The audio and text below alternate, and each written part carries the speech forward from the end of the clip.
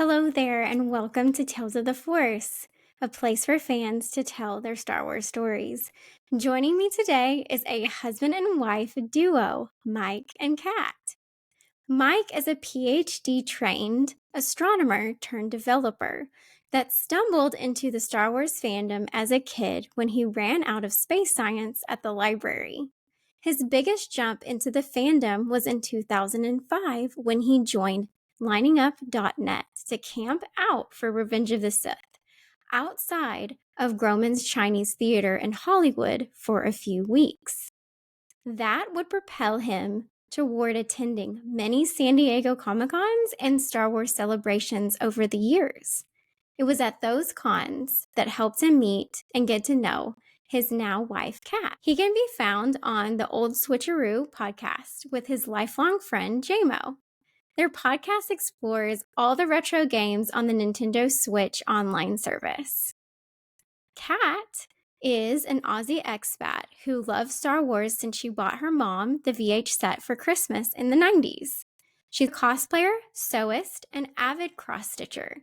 She also describes herself as a Disney geek who is at most home talking nerdy things. Her involvement in the Star Wars fandom and costuming is what led her to attend US-based Star Wars celebrations. Through these events, she ended up meeting Mike, as well as some of her closest friends. She even moved to the US to get married, and they now live together here. You can find her on her YouTube channel and Instagram account, Kat Can Sew, where she posts her love for Disney and cross-stitching artistry. Don't forget, this is Mike and Kat's personal story. It's not my place on the show to dismiss, diminish, judge, or have an opinion on their story. Any views, thoughts, or opinions expressed are their own. Any comments on this episode are expected to be respectful. I also want to point out that I did have some audio technical difficulties recording this episode, so things might be a little bit more edited than normal. I made the mistake of somehow my audio coming through my computer microphone instead of the microphone that was in front of me. So every time I thought I was muting it because I had some allergies and had to cough, it was not. So I had to edit those things out, as well as having my dogs in the room, which might not have been the best idea. And my sweet little boy, Leo, somehow got a hold of a squeaker toy. Hopefully all of that is edited out, but if you notice a little bit difference with the volume levels and different things like that, I apologize. Just wanted to let you guys know ahead of time before you listen to it that I did the best that I could to make this the best episode because it is amazing. I think you will love Mike and Kat's story. So, with all of that out of the way, please join me in welcoming Mike and Kat to Tales of the Force.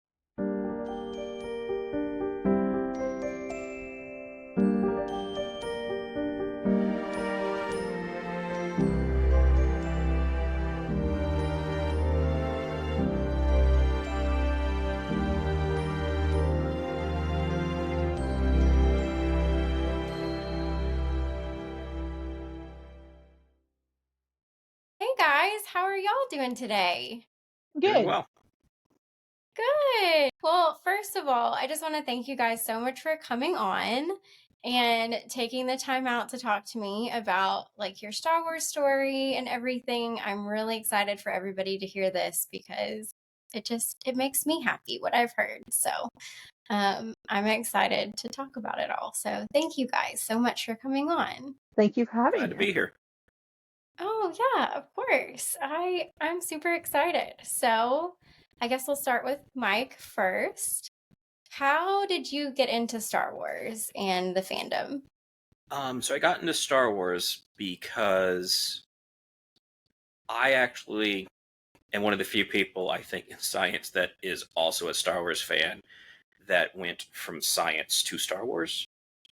As a very young kid, and a very nocturnal kid, my mom thought it was a good idea to take me outside at night to get me to fall asleep.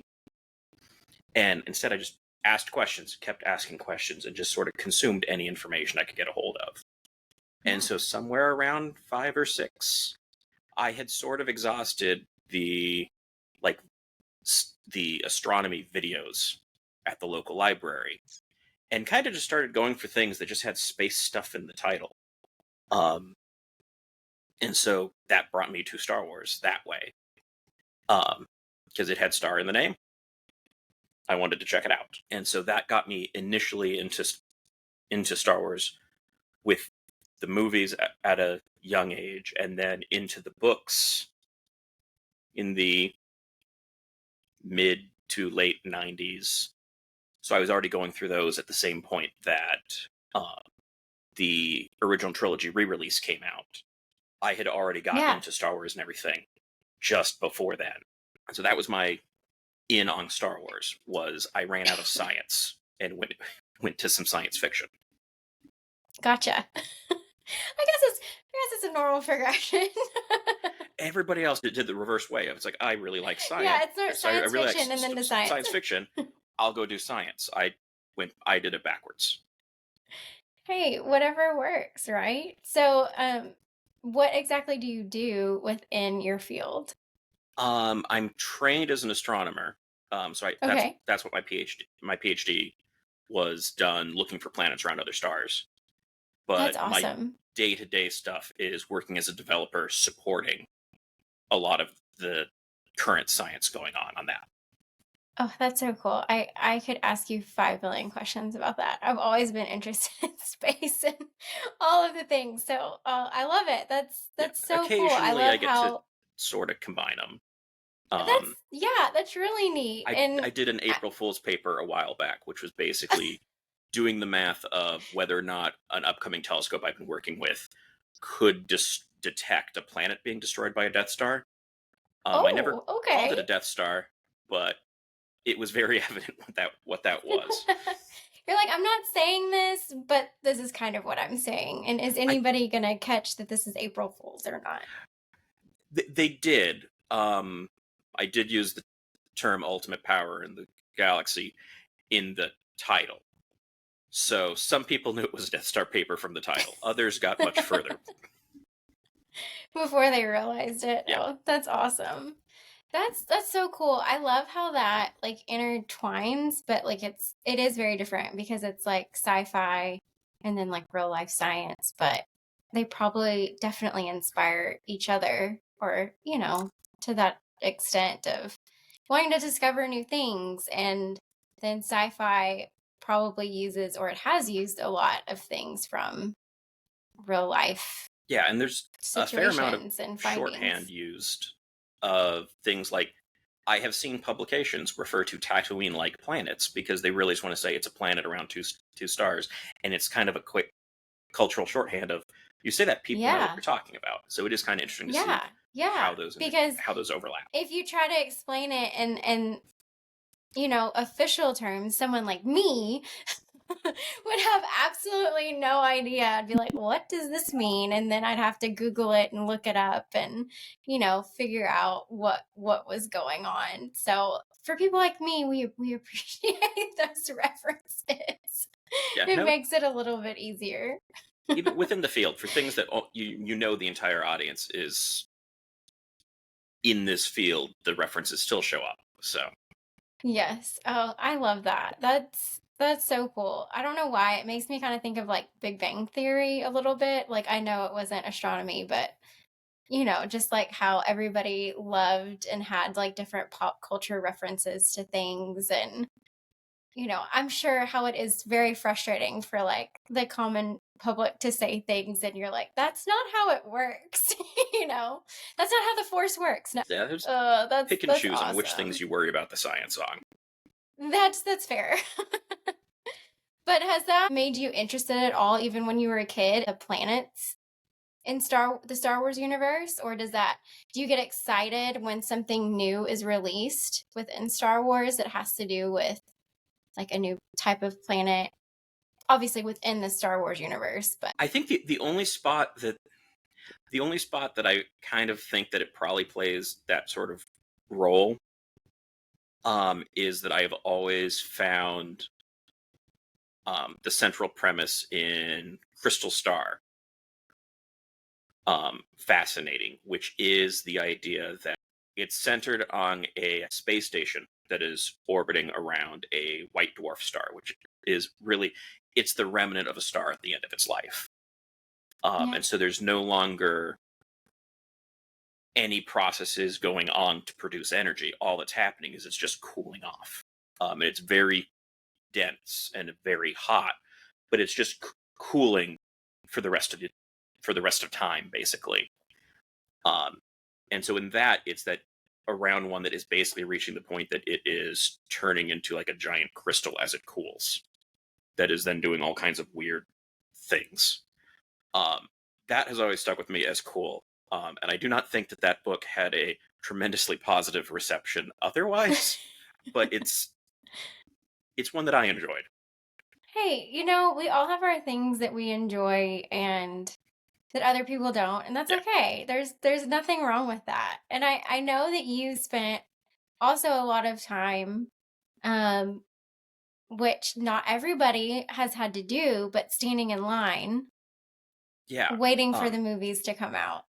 Yeah. So a lot of that was when the prequels started coming out. For Phantom Menace, it was just like my mom bought tickets. We went and saw it the opening day. By the time Attack of the Clones came out, I was in high school. I went with friends to go see it at midnight. We all had sort of repurposed Jedi robes out of like cheap Halloween costumes. Darth Vader flag showed up for the midnight showing. And then me and one of my friends after school came back and saw it 3 more times that day. So I saw Attack of the Clones 4 times in the first 24 hours it was out. It was probably awesome, the single. There was a Foxtrot comic, which it was like, oh, me and my friend have 8 tickets to Star Wars. I just bought 8 tickets to Star Wars. Who are you going with? My friend, whatever. It's like, who else? It's like, I don't understand the question. It's like, okay, start over. Okay, I have bought 4 tickets or 2 tickets to 4 consecutive showings of Star Wars. You're like, I'm going 4 times. Yeah. And a friend is coming with me. Those are the 8 tickets. Yeah. And I think that was probably the single most popular day I ever had from up through high school, was because that day everybody that just knew I was a Star Wars fan was letting me know when they were seeing it. And so then, and at that time, thanks to sort of early internet, I knew people that were lining up elsewhere for the movie. Yeah. And it was just in high school, it was not a thing I could go do. Even though technically it's like I had the option of, if you can get there, we can get you in and get you a ticket. But it would have involved me getting to New York at the time. Gotcha. For one of the other large lines. And so when episode 3 was coming up, one of my friends from high school and I, actually a couple people, had like 6 months earlier gone to line up for the movies coming out on, I guess it would have been DVD or Blu-ray or one of those, for the original trilogy coming out. And they'd lined up at the store that was going to have them for 24 hours. And because of doing that, sort of it connected us to the kind of people that go and line up for things in the LA area. Since we were the Los Angeles suburbs. And so when episode 3 was coming out, it meant we knew the right people to get the information for lining up outside the Chinese Theater in Hollywood, which was a combination of wait for the movie, get tickets, be in the first showing, as well as a charity drive. And so it was 6 weeks long with sort of a sign in, sign out thing. And so your place in line was how much time have you spent cumulatively. That's commitment. So by the end of it, it was probably, I think it was around 180 or 190 people that put some time in. And so by the end of that, we'd raised over $30,000 for Starlight Children's Foundation, which goes and helps kids in hospitals. That's awesome. And we'd spent collectively over 25,000 hours in line. Wow. Um, That's I love that they tied it to that. Like, that's so cool. Like, like, I get people waiting in line for things. I mean, like, I've waited in line for things, especially like concerts and things like that. But it didn't have like a big reason behind it besides the thing that you were going to go do. So that's really cool. Yeah, and so some of those were people that had been there for Phantom Menace and had been there for Attack of the Clones. Some had just been there for Attack of the Clones. And then some like me, it was something really we were brand new to. Ultimately, I finished with 513 hours, which was something that for me was a particularly big deal because I was not a particularly outgoing or particularly social kid. So I had some friends, but I wasn't one to put myself in situations like that. Which, in retrospect, roughly a decade later, would get diagnoses for autism and anxiety, which explains a whole lot of that. And I think is also why when I went and started doing this, it was something that I remember my mom, my parents allowed this to happen, had questions, but I think they didn't expect it would have remotely the sort of end result it did. Is I think they expected that I had one friend that was going down. It's like, I'd go down, talk with him, kind of come back. And so one of the things that my mom had gotten me was she'd gotten a different Foxtrot comic printed onto a shirt, which was about the people lined up at the Chinese in Hollywood. And so she'd gotten me that and given me some pens with the idea that I could have some people sign it. And I don't think she expected that I would come back with the front and back and sleeves all covered with signatures. That's so cool. Due to a whole lot that came out after that line had started, we had lined up at that theater, which had shown the movie the previous two times. They ended up not getting the movie for the premiere, and it ended up being a different theater. And so we ended up sort of set up there and then relocating, which made it onto, if not the front page of the main paper, the front page of a section of the LA Times, because we basically had a police escort for this 100 people walking over from one theater to the other the day the movie came out. And I remember my mom asking if I knew anyone in the photo. And when I was getting to about name 20 or 30, she's like, okay, that's enough. Because I don't think she realized that it would sort of build my social network that much, because I really kept to myself a fair amount. And it sort of served as this inflection point that I look back on, is there are so many people that are part of my life now that I met specifically from doing that, or through things that I would then do because of that, from that going on to other events that would go on. It's people from that would encourage me to apply for jobs that they had connections to, and all kinds of things like this. I worked at Griffith Observatory doing science outreach because one of the people who was part of the line used to work there, drove me over to introduce me to people and encourage me, you should apply for this. That's so cool. Yeah, and so a huge... I love that so much.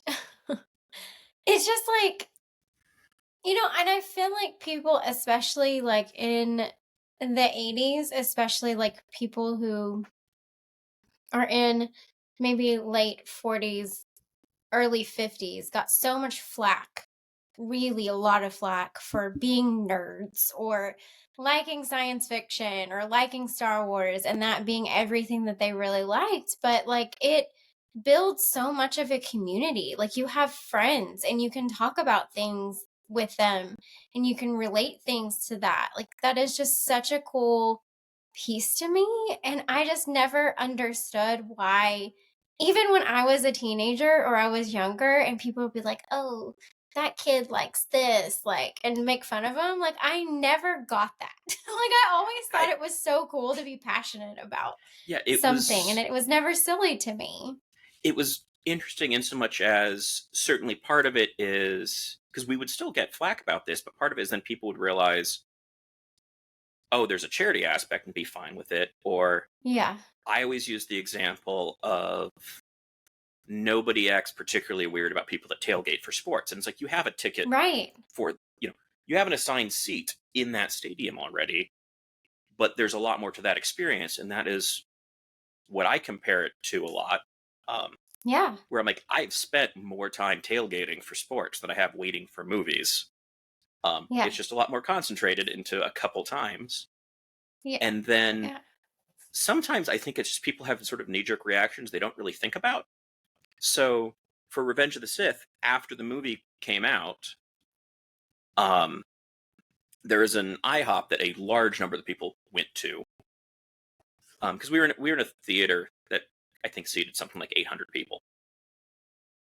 So a good chunk of people were heading to that IHOP. And I remember the walk over there. It was me, 4 other people that had all been part of this line. And relevant to this, I was the only guy in that group. And so we have lightsabers and robes and stuff, but I am the only guy in this group, and a car full of guys drives by, and someone yells out of the car, "gay," and I'm just like, what math are you using? It was this situation where it's like, mean.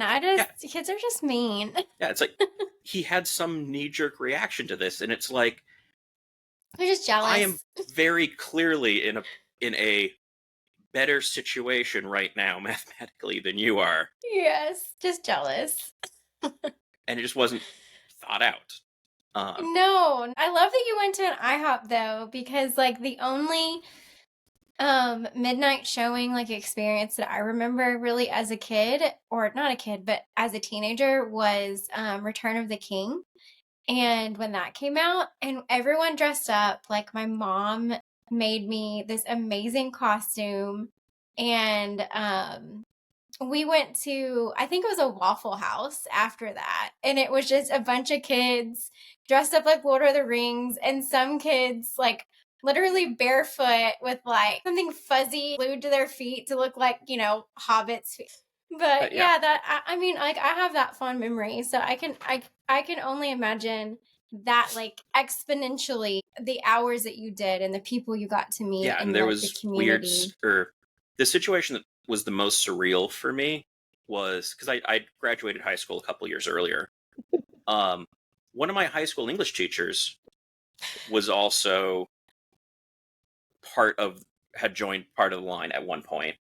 And so there is a point in time where, and there, a lot of the people who had done this before were very, very welcoming. So there was a point somewhere in the middle where my English teacher was down there with his daughter, who was, I was probably 9 or 10 or something. Leo. One of the other people who had been part of the line, and she had been part of the previous line, had a daughter who was at the time 9 or 10. And there was some night where people want to play kickball later in the night, something late. And I ended up in charge of my former teacher's daughter and the daughter of someone else who, prior to this line, I had never interacted with, as just like, oh yeah, we'll just like leave them in Mike's custody. That'll be great. And it's just like, this is a very weird situation. Oh man, because this was brings back memories too. Which never actually got played, but we were up till something like 3, and it was just someone was like, I am going to go to sleep. You keep an eye on my daughter. Yeah. Because it was this very welcoming thing, and it was this range of, the friends that I have from that vary from my age by a good almost 15 or 20 years either side, really. probably about down to about 10 years younger, up to 20 or plus older, just because that was the range of this group. It's easier for me to remember because I remember crashing her 10th birthday party, her being thrilled, and I turned 20 in line, which led to a great new headline for my local newspaper, which was 19-year-old Mike Lund turns 20. And it's like, this feels like you should just pick one of the ages and go with it. But that's so cool because, like, then too, like, not everybody, I think, especially like as a teenager, learns how to make friends that are older or younger than them. Like, it's very like teenagers have a lingo and they can only communicate with each other, and it's not, they don't sometimes come across in a way to where they can have a solid conversation with an adult or relate to someone younger than them. And Yeah. you get into this very your world is your world, when you're that age. And so to have experiences where you're learning how to be friends across different generations, I think is just also such a great quality to have too, because that continues as you get older and you have friends across different generations again as well, especially I think within the Star Wars community. And if you go to conventions and you go to different things, there's all different ages, and so it's a neat thing, I think, because you learn to listen to those that are older than you and learn from their experiences and build off of that. And then also, still, you can get inspired from someone younger than you, though, too. I mean, I'm constantly blown away by, I say kids, they're not kids, they're young adults, but that are cosplaying or creating content or different things within the Star Wars community. I'm like, you guys have so much more confidence and just like okay with being yourself than I ever did at that age. And it's just so cool to me to see that. So I love that. I feel like some of that is the greater ease in sort of connecting into those sorts of groups. That does feel like that's gotten easier and easier in some sense. That the early internet, you could do it, but it was a little bit trickier. Yeah. Because you'd find where you'd find some place on the internet that you could kind of connect to people, but you couldn't necessarily get the full range of interaction quite the same areas. Yeah. And so that certainly,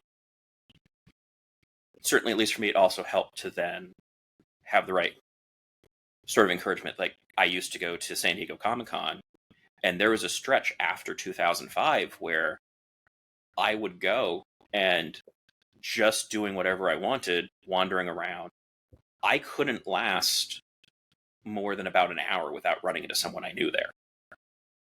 Whether or not it was someone that I knew was there, I would run into people who I'd met from lining up and had never talked to since then. Just that we didn't have the right, I didn't have an email or something to connect them to, but I'd run into them.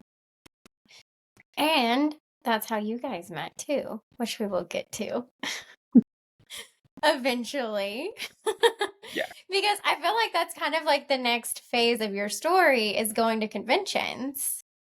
Yeah. Yeah. So it was going from the lines to, going to those and celebrations and that sort of thing. Yeah. Going to a lot of those, especially at that point, I knew people that were going. And so I don't think I really would have gone to much of that on my own, because it was the kind of situation of putting myself into a whole bunch of strangers that I'm not good at. Right. But I knew enough people that were going that made it a lot easier, and sort of connecting to additional people that were going. And it's really was self-perpetuating for a while there. Well, the community aspect of it still just like blows me away to this day. And I love hearing stories about that. And I love how you guys met in that fashion, which again, like I said, we're going to get to that too. But Kat, I want you to feel like you can share too, like how you got into Star Wars and I know you cosplay and you make amazing costumes and different things like that. So how did you get into all of that? So I was kind of one of those nerdy. Oh no, I wasn't even nerdy. I was just one of those really high energy kids that really struggled finding my niche. And about trying to do the math. Year nine ish. It was either year nine or year 10. Year nine. I can do math. This special editions were released. I'm Yeah. Australian, so there was a bit of a delay on those coming out for us.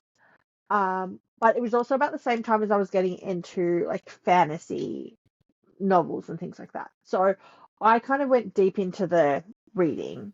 We I never saw them in theater, but we got my mum because my mum was into sci-fi and fantasy. So I've always been like I've watched a lot of like Star Trek and um like all of the like 70s and 80s series is because we had a channel that allowed us to see a lot of those. So I'd seen a lot of that. So we got mum the VHS of A New Hope, and we tried to watch it on Boxing Day, which is the day after Christmas, which is also a public holiday in Australia. And I got really sick, and I only watched the first half of it. But then the next day I went back and watched the whole thing, and that was it. I fell down the Star Wars rabbit hole. Yes. And it was, the late 90s, so we're getting into the internet starting to be a bit more of a thing. I joined a couple of Yahoo groups. I got really into the books, especially like the X-Wing novels. And like I was still waiting for stuff to come out. Like I started reading Hmm. them like 97, 98. And a lot of these books only started coming out like 92 or something like that. So, like, there was trilogies I had to wait for the next book to come out. And there's nothing worse. Yeah. Um, and I was really lucky that I had found a new group of friends in high school who also, while not as big as a Star Wars fan as me, were also like I was in a group where the guys were Star Wars fans and Hmm. sci-fi fans. So I kind of I found my people at school. Um, I the Phantom Menace came out when I was in year 12, right in the middle of my year 12 middle of the year exams, because again, Australian was delayed release. So I think we got it somewhere in mid-June. So we had to wait till the exams finished, or year 11 exams. I had to wait till the exams finished before I could go and see it. And I think I only saw it once. Went saw it with my friends from high school. Me and the boys were sitting in one row, and the girls from our group were sitting like 4 or 5 rows back because they were like gonna chat. They knew they were gonna chat, and it was like a fairly empty Yeah. theater because it was like middle of the day. Like because we were year 11, we had finished school a little bit before like the rest of the kids had, like the rest of the schools Yeah. had. So we went in like a Thursday afternoon or a Tuesday afternoon probably. Um, and like the theater was like nearly empty. Um, so they sat like a few rows back, and I think they chatted through the whole thing. But I got really into it. I did the midnight releases for episodes 2 and 3, and the local Star Wars fan club had shown up in costume. Um, I grabbed a flyer, but I suffer from social anxiety, and my social Hmm. anxiety manifests as migraines, which is not Okay. fun. So what would happen No, is I have chronic migraine, so I 100% get that. So what would happen is I would rev myself up. I'm going to go to the fan club. I'm going to go to these meetings. And on the day of, I would get like terrible headaches and migraines. And Hmm. I'm like, I can't go. And that happened for about 2 years because they would have monthly meetings. And then the end of 2006, by this stage, I am really involved in like the forums and the bulletin boards, and I was one of those. I had I found my niche on the internet, Yeah. and I joined. I was a member of the paid Star Wars membership Hyperspace for a little while. And that was as we were coming into Star Wars Celebration 4, which was being held in LA. And as an Australian, getting to LA is actually not too difficult. When they were in like the middle of the country, not so easy. And I was in I was in a job where I was like, well, you know what? I can afford to do this. I think I took 5 weeks, and I was like, okay, I'm going to go over and I'm going to go to Star Wars Celebration, and I'm going to do a Kentucky tour, which is like a young adults bus tour company. Yeah. So I did that as well.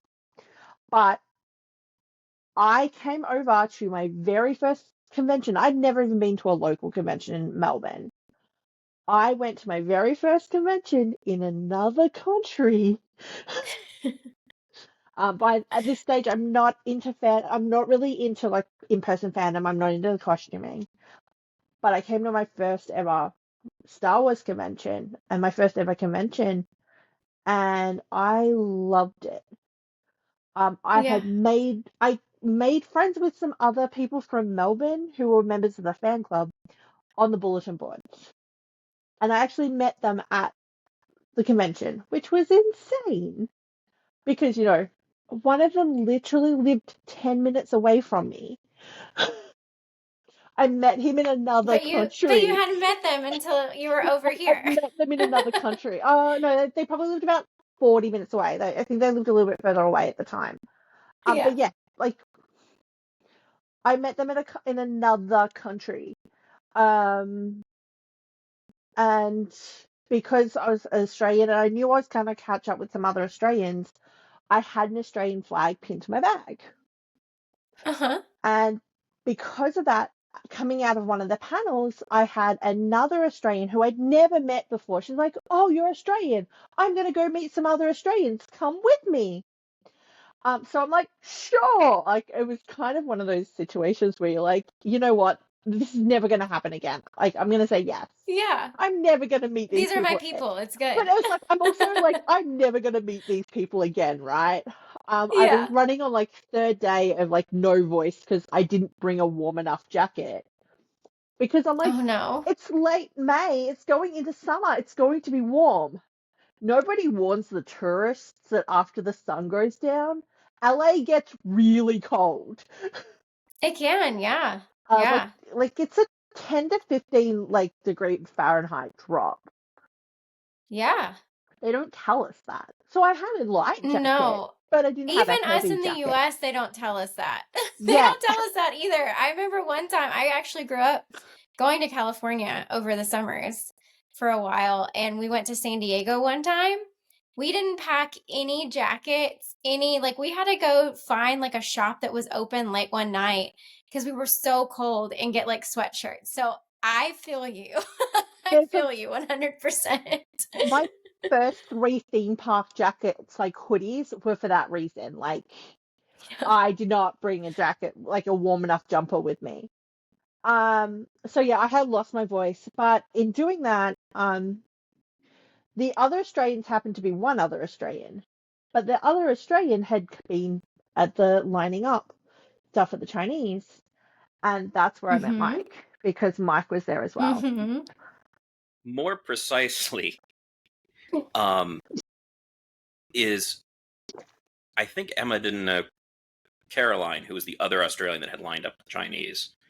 But she did know me because I was involved with the Force.net boards Okay. and had talked with some people on there, and I was fairly familiar with Australia and Australia terminology on some things, which is what had spurred that conversation in part because through a previous message board thing. Apparently some element of my type has been Australian women. And so I had previously dated an Australian. And You're so like, oh, no. I was When you saw fairly it. useful for things like, yeah, no, if you were expecting this or this in the US, you need to use different words. So yeah, so weirdly, the Australian that found Kat and brought her knew that I think it was that I would be there, and there would be an Australian as well, which is my friend Caroline, who was second in line for Revenge of the Sith when we lined up. Gotcha. Y'all's other friend, did she come all the way to Australia for that movie? Yeah, Or was she Caroline, living in this? she flew into the United States for Attack of the Clones to line up, and she flew back in for that one, and then she would actually later fly back in for. She's flown back in for a couple others. She flew back in for Force Awakens and got married in front of the Chinese theater before the premiere. That's so cool. That's so cool. There was a media pool for her wedding. I will never forget the face from her later, because during the cake cutting, like, pause in the ceremony, because and it was very Star Wars infused. Vader walked her in to the Imperial March. This had been for Force Awakens, it had been the end of about a 2-week line that we had done. And so at the end of that, during the cake cutting, surrounded by a whole bunch of people that have known her for a couple of weeks, and when you're kind of thrown in like that, you get to know people fairly well, fairly quick. Yeah. And so I was in the wedding party because there wasn't really a proper term. We went with Emperor's Hand because that seemed about appropriate. It seemed better than trying to go with something else that's equally convoluted, because it's not a traditional thing for me to be on her side of the wedding like that. Yeah. But during the cake cutting, I got the entire group watching the wedding to sing Sweet Caroline. And it wasn't until a day or two later, she realized that, like, not only did that happen at her wedding, it happened with international coverage. Like, I think there's like a Variety article about her wedding Oh, wow. that mentions That's that happening. Crazy.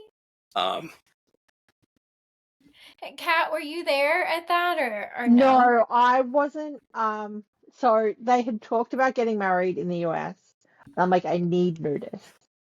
But this was kind of done, not really last minute, but with not enough time for me to be able to get over here To for get it. over there. Yeah. I did watch it on Periscope, though, at work. Oh, that's awesome.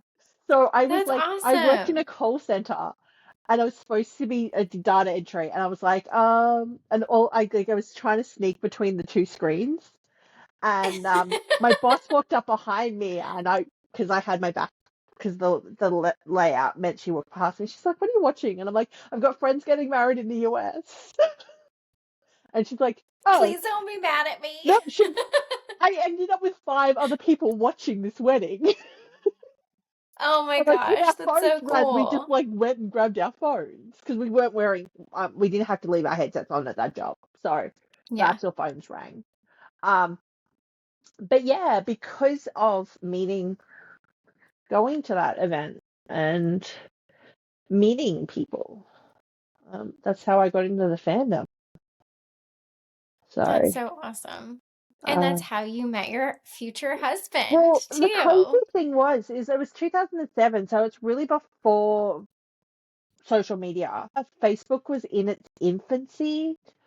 I mean, I got an invite from somebody that I met at Celebration to join Facebook. Like, that's how I got onto Facebook. And then through that got connected to Emma, who was the Australian who was like, "Come with us," and Mike. It took me about a year to make it to the local fan club meetings, and it was only because somebody I worked with also attended them, and he's like, "I'm going, you're coming." I'm like, "Okay." Mm-hmm.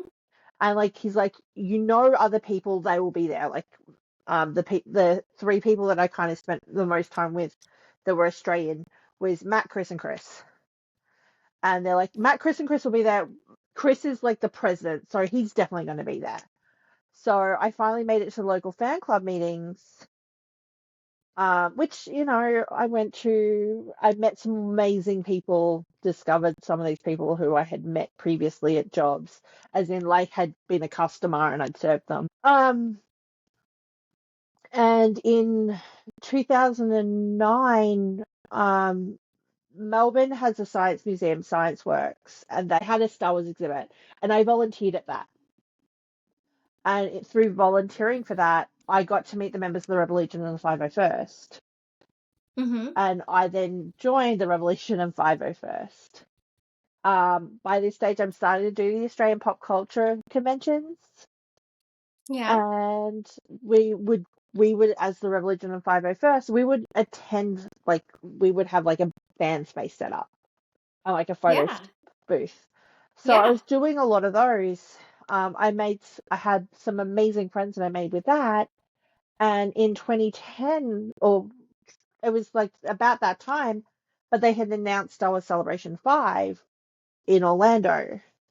And we worked it out. It was about 3 weeks after San Diego Comic Con. So Mm-hmm. me and one of my best mates at the time were like, okay, let's make this work. So we got tickets to San Diego Comic Con and we got tickets to Star Wars Celebration. And we're like, we're going to spend like 5 weeks in the US. And at that is when I actually really connected with Mike. Because I've been messaging him, like, we're going to Comic Con and I know you go a lot. Can you give me any hints? I had met him for like 2 hours in the middle of being sick. I think I got bronchitis that took me 9 weeks Okay. to clear Yeah. because I wasn't taking any Ugh. medication for it. And I was like right at the start of that. So I'm like, I met so many people at Star Wars Celebration 4. Like, because the Australian guys were like dragging me to events. They're like, you should come with us. Like, meet us Mm-hmm. here. We're all going to IHOP. And I'm like, okay. And then we're all going back to so and so's hotel, and we're going to go have drinks by the pool because they have a 24-hour pool. And I'm like, okay. And I'm like, I probably was doing stuff that would be like really risky, but I was kind of just going with the flow. Like, I joined a Yeah. group of 10 people that I had met the day before to go have drinks by the swimming pool at somebody else's hotel. Maybe not the smartest move, but hey, we're all in our mid-20s once, right? Yes. Yes. Very true. By coming over for Star Wars Celebration 5, by that stage I'd gotten involved as I do X-Wing and Jedi costuming. I'm not actually currently active because I need to remake parts of my costume. And it's a little overwhelming here in LA compared to what it was back in Melbourne. They have more events Yeah. in a month here than we would have in a year back home. Oh my So, gosh. but because of that, this is going to be a little bit long-winded, but this is really cute. So, I am sharing this. That's So okay. I had to, being Australian, I had to pick my tickets up from World Call, and it was the year before they went, if you have tickets for all 4 days, we'll combine them into a single 4-day pass. So every day I had to go back and grab Right. my tickets. So on the first day, we had to go in, line up to get our tickets. And we got in early, but we're still like 50 minutes away. Like, it took forever. And we really wanted to go to the Tron panel because we were, I more than my friend had been involved in the ARG they had going for the Flynn Lives stuff. They were like, as much as we could, because there wasn't a lot that was available to us in Australia. But Yeah. we started talking to the girls behind us in line. One of them had her ticket, but her friend didn't. And she was like, oh, my brother's already in line for that. Just join us. So we did. We joined her brother in his group. There was a group of about 6 of them. And we made it inside Hall H. And by this stage, I've been standing in lines for like 3 hours. I need to find the bathroom. And Mm-hmm. walking back from the bathroom, there's a guy on his phone talking to as it turns out, somebody else who I had stuff in my backpack for, who was a member of the Rebel Legion. And it was him. And he doesn't recognize me because he's face blind. But I started talking to him. And I think, because we had a bit of time before the panel started, I think we ended up talking for like 15 or 20 minutes. Uh-huh. While the Australian Caroline messaged to say she was actually coming to Star Wars Celebration, so that was awesome. And then I think we just kept running into each other all weekend, didn't we?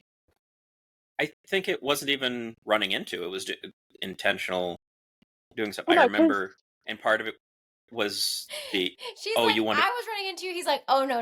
It was intentional. Because part of it was like I knew how to get around. I knew how it worked enough, and I do remember stuff where it's just weird insider things like, yeah, no, if you want to get from here to here, it's in fact faster to go out this way and upstairs because you avoid the crowds, and it's longer but quicker.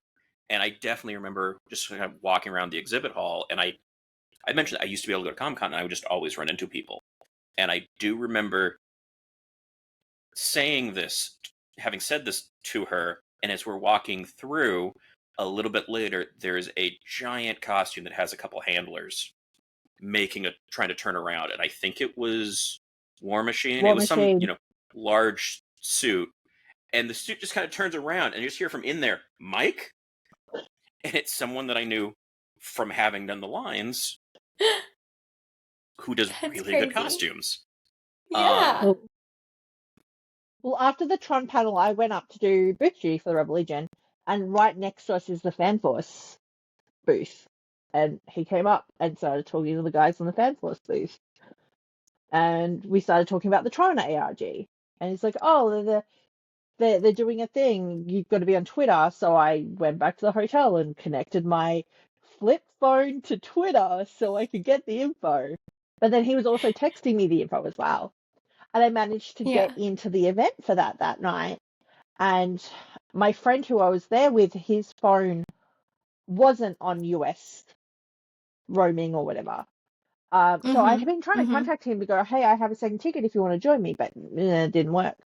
So I'm standing in the line for Flynn's for the event that evening. And as we go through one of the switchbacks, his mic and his group. And he's like, oh, who are you here with? And I'm like, I'm on my own. He's like, do you have a spare wristband? And I did. So their group was 5, but they only had 4 wristbands. But Michael gave them the 5 they needed. And then after that, it was a lot more intentional getting together. Like I went out with them after one of the nights. They took me through a haunted house. I don't do scary. Yeah, I'm not. That's not my thing. Yeah. We went out to dinner. We went out to lunch on the Sunday. And then we kind of made plans of like, we'll catch up at Star Wars Celebration in 2 weeks' time. Yeah. And we did that as well. And I think that was a lot more intentional getting together. And I think that, because that started beforehand, because I went to Universal by myself. And I think met up with her towards the tail end of my day there. And that was all before the celebration itself had gotten going. Where I knew a couple people that would probably be around. I think we also did Disney as well. I think we did Hollywood Studios too. I think that was part of the last tour to Endor. No, I thought we also did Disneyland on the day I just went Disney World onto Hollywood Studios.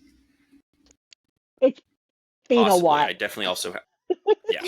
And the Disney was less rigorous for me there because at that time, or for that event, I had upgraded the season pass that I had for Disneyland already to one that covered both coasts for like $700 because Disney was ridiculously cheap 14 years ago. Yeah. Yes, we did, because that's when I got my cross-stitch pattern using your discount. So have you been cross-stitching for like a really long time? I've been cross-stitching since I was 13. So that's amazing. Over 20 years. Like, it's been a really long time. That's really awesome. I love that. But for a while there in the early 2010s, late noughties, Disney had some official cross-stitch patterns you could buy. They have not been available for a very long time.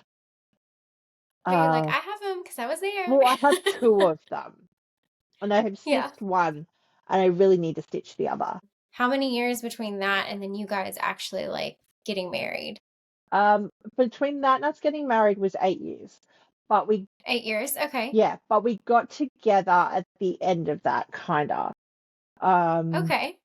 So we'd done Celebration, like Mike missed the last day of Celebration because he didn't get back to his hotel because he walked me back to mine and then had to go back up to his Aw. and then slept through the entire last day of the event. Everybody's trying to get in contact with him because he had made plans for dinner and nobody could find him. To be fair, I had been up for 48 hours. Oh, no.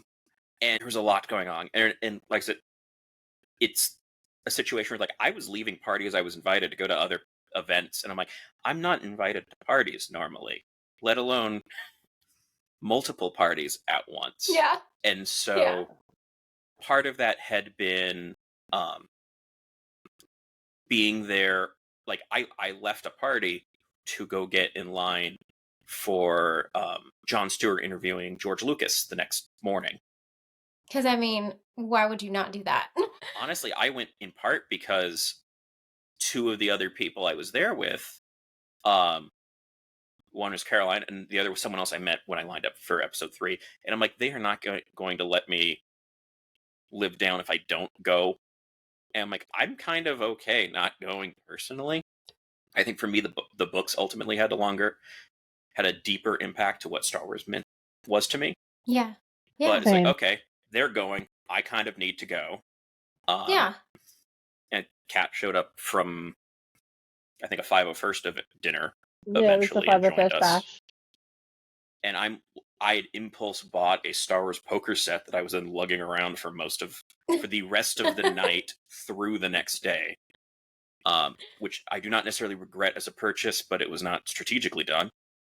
Yes. And that was the start of the morning. I had a whole another day, and then they had the last tour to Endor to mark the closing of Star Tours for renovation in Florida. Mm-hmm. And so we had gone to that. And then after that, ended up at a Denny's back near the convention, and we're running into, people I knew and people she knew, and we were there till way late. Like, I don't think we left Denny's until 5. Yeah. And so then I walked her back to her hotel one direction, walked all the way back to mine, went to sleep, and basically woke up at about 5 p.m.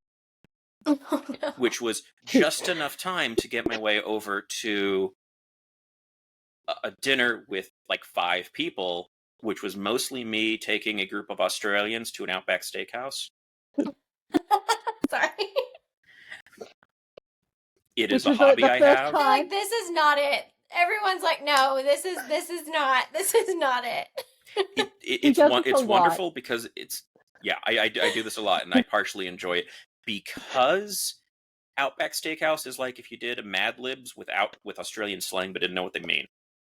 And so I greatly enjoy this. But yeah, so I got there just in time for that. Basically had missed the whole day of Sunday, but in my mind, I'm also going, that was fairly worth it because I pretty much spent till sunrise, at a Denny's hanging out with Kat. And it's like, I'm coming out ahead here. Yeah, you're like, it's fine. It was worth it. And then look where you are now. And I had to have very strong words a couple days later because I was still there for Disney parks for a few days. Uh-huh.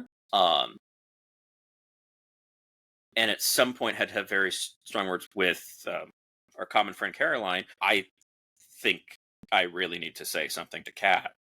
It's like, oh yeah, the whole Australian contingent's been talking about this. And I'm like, You were under specific instructions to tell me about this kind of a situation. Because this had happened when I had lined up for Star Wars, and was like, "Oh, we figured you knew what was going on between you and her in the line." I was like, "No, never assume that I know that this is happening.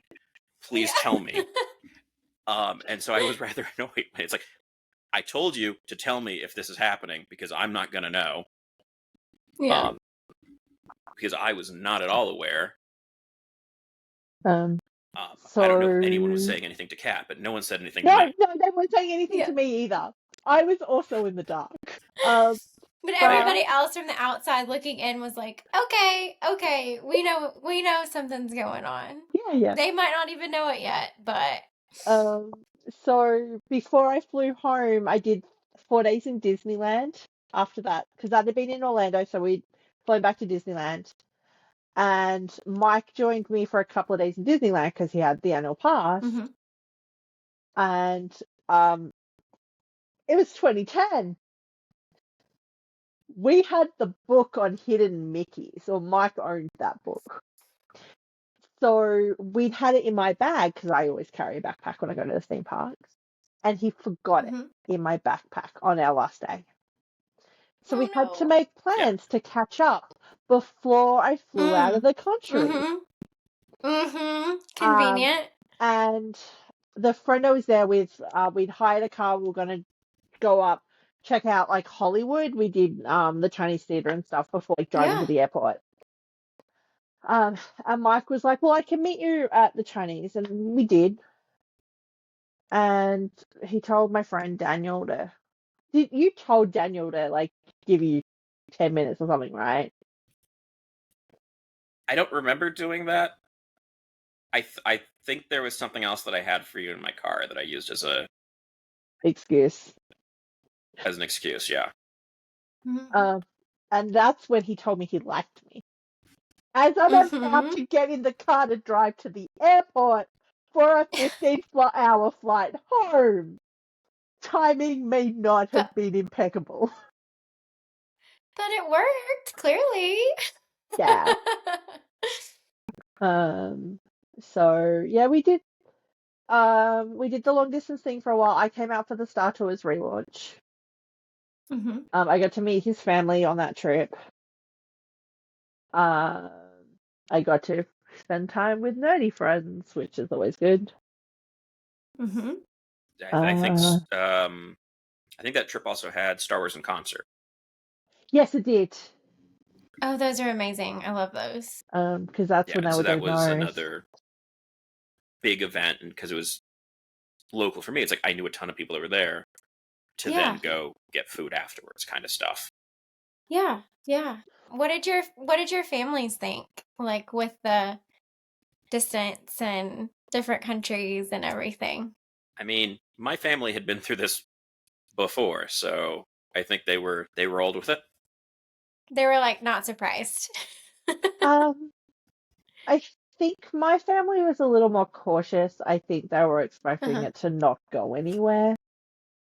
Yeah. Which, to be honest, at the time, it didn't.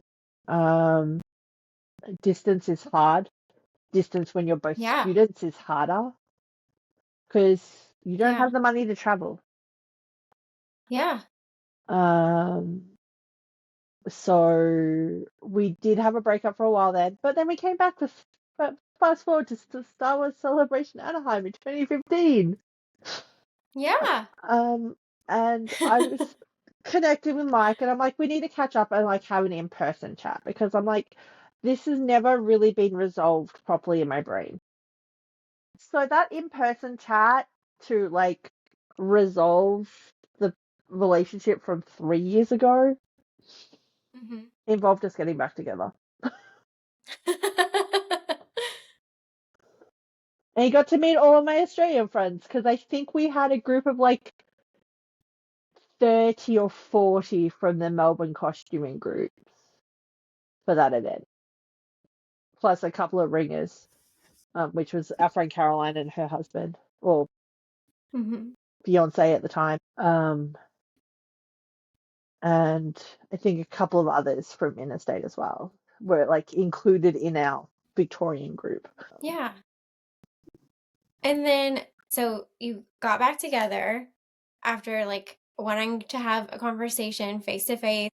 And then did you like do long distance again for a little while, or what kind of happened after that? Yes. So we did long distance for about another 3 years. Yep. So by this stage, I was in a slightly better financial position. I was able to come out in 2016 and visit him for a few weeks and like just do, you know, time together, but not necessarily time where we are actively being on vacation. Like it's a vacation for me because I'm away from work, but we're doing the day to day because I was staying with him in his Yeah. apartment. Yeah. So he's You're still not going to going and work. doing all the things. He was still having to go to work. Like there was introducing me to people, and we went to the zoo and we went to the Yeah. Opry and a couple of things like that. But it wasn't, Yeah. you know, actively like vacation. Yeah, because at this point I was living in Nashville during finishing my PhD. Gotcha. Okay. Yeah. So then you kind of got to experience more of kind of like regular life together instead Yeah. of just, you know, we're at this big event and we're doing all these fun things and, you know, I don't know, you And kind of get to then see each other in your own element and how you handle different things. And that's always good to do. the following year he came out and spent 3 weeks with me. I was actually in between jobs because I'd been made redundant from my previous job. And literally the day he flew home, I had an interview for a new job. Oh, good. So it was really nice timing that like I got that phone call like like I was driving home from the air, dropping him off at the airport, which kind of also helped me a little bit because it meant I wasn't in tears all day.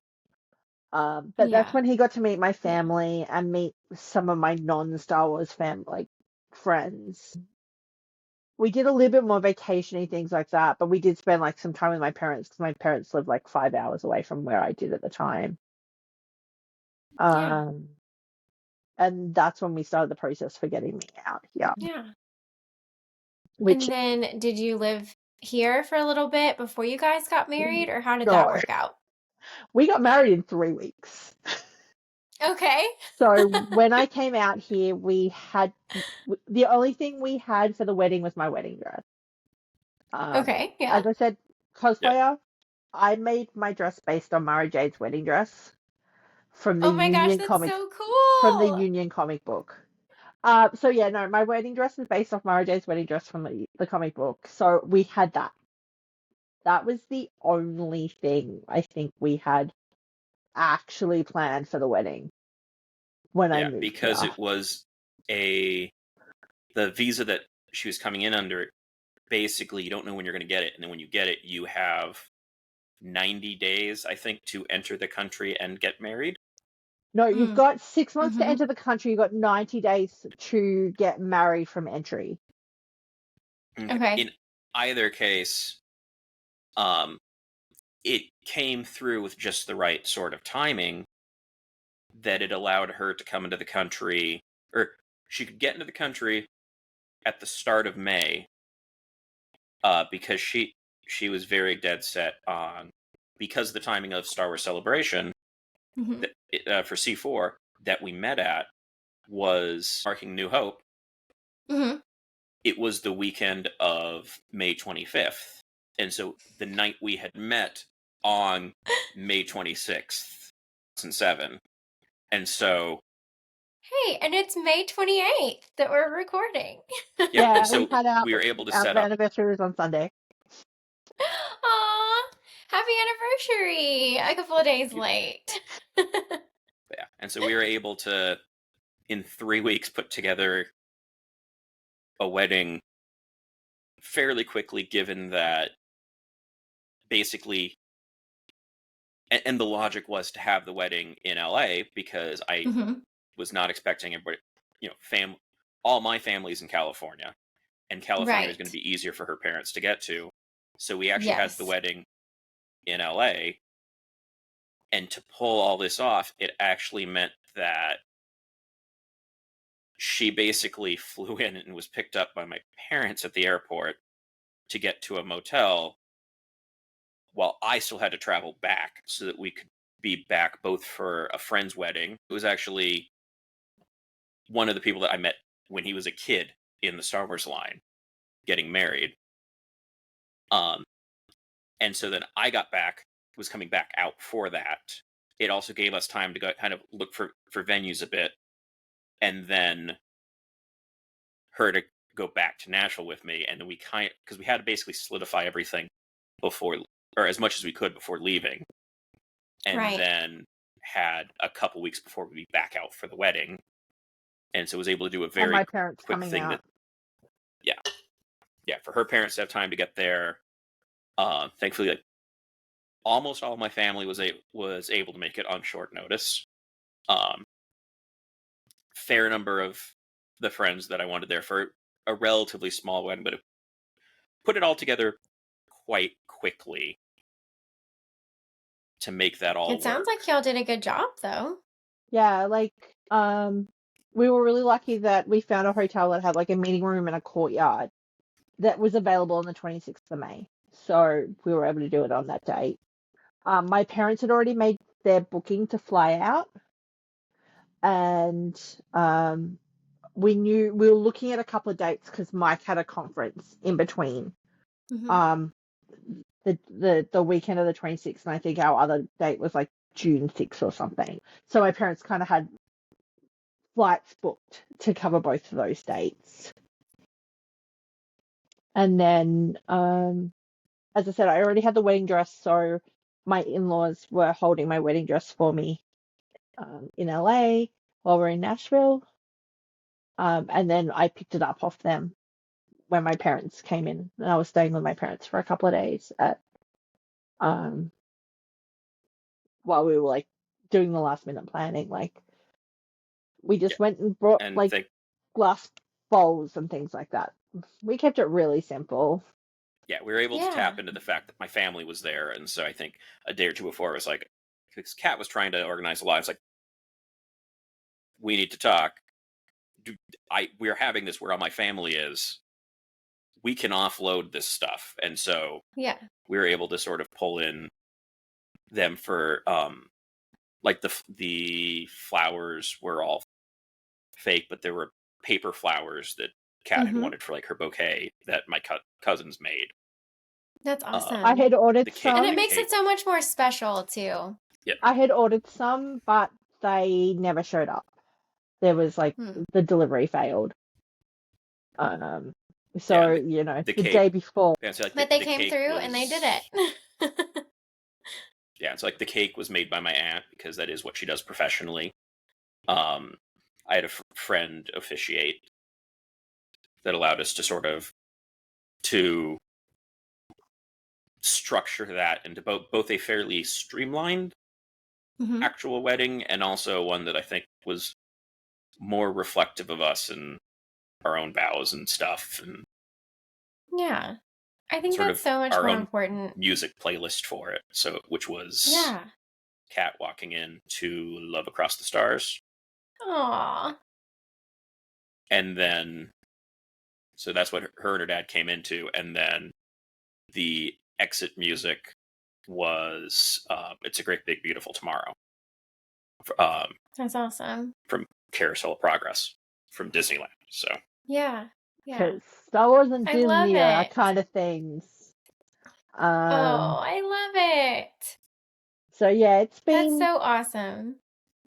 I mean, it took a long time to happen, but you know, we've just hit 6 years, so yeah. And so moving we were to able another to country is really hard. Yeah, I can't imagine. And so it's for the 6th year anniversary, like our anniversary dinner was at the Blue Bayou at Disneyland, where we had eaten the trip that she and I went to Disney the first time in 2010. No, I love that. That's as well so as sweet. going to Oga's. Yes. Star Yes. Wars. Oh. I know. It's like it all ties together. I love it so much. Oh, and have y'all gone to any more like conventions or celebrations since then together? So we went to Star Wars Celebration 20 in Anaheim in 2022. Yeah, 2022. Okay. Yeah. So a couple of years ago. Which I got to wear my wedding dress again because instead it's Mara Jade. I added a wig I love it. and I wore it to 2 days of the convention because the Thursday was our actual wedding anniversary that year. But Mike had to work. So I was Oh, at the convention with friends wearing my wedding dress, having a ball. And then I wore it again on of the course. Sunday because on the weekend there's more people around. So I wore it again on the Sunday because I'm like, I want people to appreciate it. And people actually recognized me. I think I had 3 people like completely geek out over it. Including one who was like, I have never seen anybody cosplay this. And I'm like, yes, this is my actual wedding dress. Like, I did this. This is my wedding dress.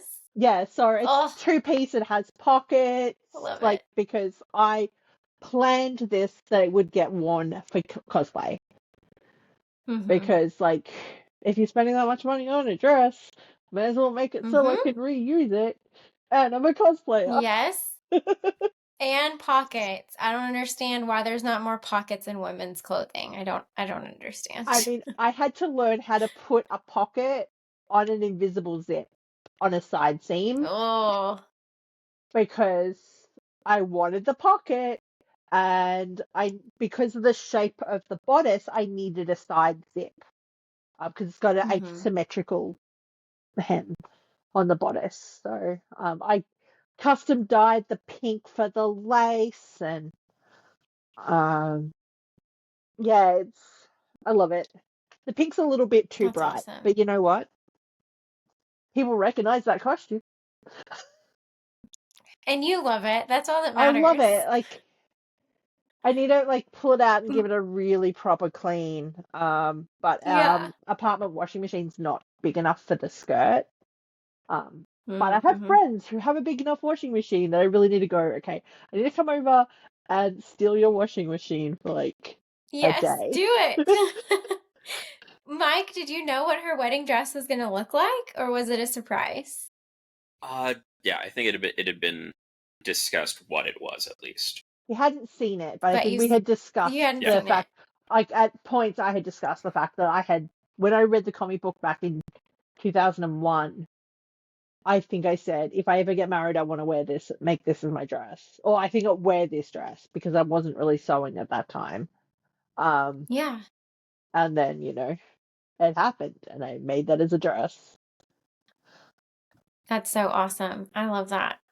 Do you guys have any more events planned to go to over next year or anything?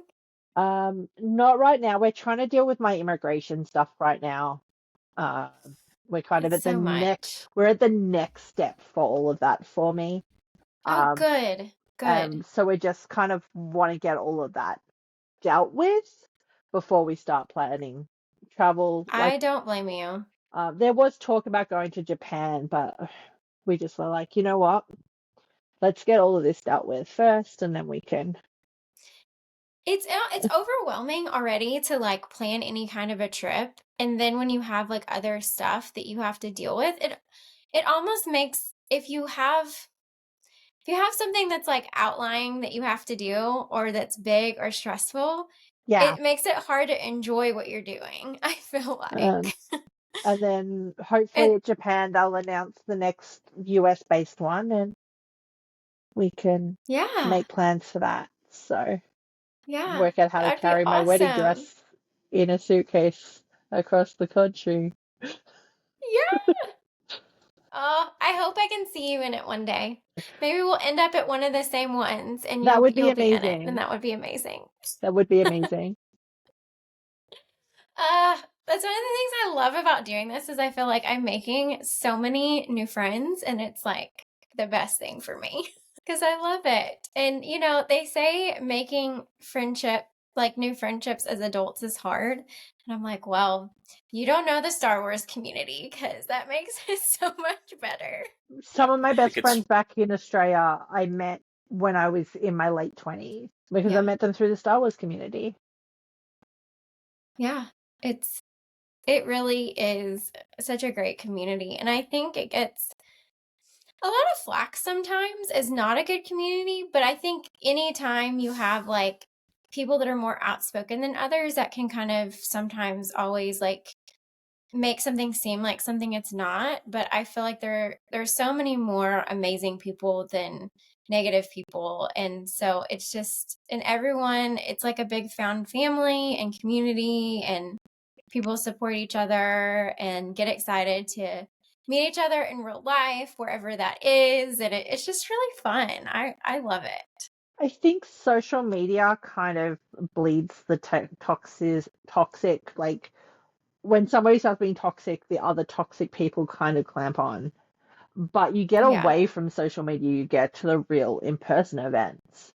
And Yes. it seems to be a much nicer experience that there's that found family that's sad. Yeah. I hope this can be a place like any social media that I do. I want it to be so intentional to where it is like a place that people feel that. I mean, it's not the same because it's not in person, but I want people to be able to feel that community and be able to feel like they can be themselves and that they can get to know people and that it's a safe environment, on social media. So that's a big thing for me because it can be hard. I think some element of it is, I think even stuff like the message boards in their day worked really well at it. Is I think part of what allows it to be welcoming in a way that other things aren't was there's some people who are so passionately interested in it that you could just kind of go with I can talk about this at length, and these are other people who are also willing to do that and willing to listen to that. And I think there's enough of a shared kind of a mindset that I think it's one of the things that it's why I look at it as how this could have gone so differently for me is not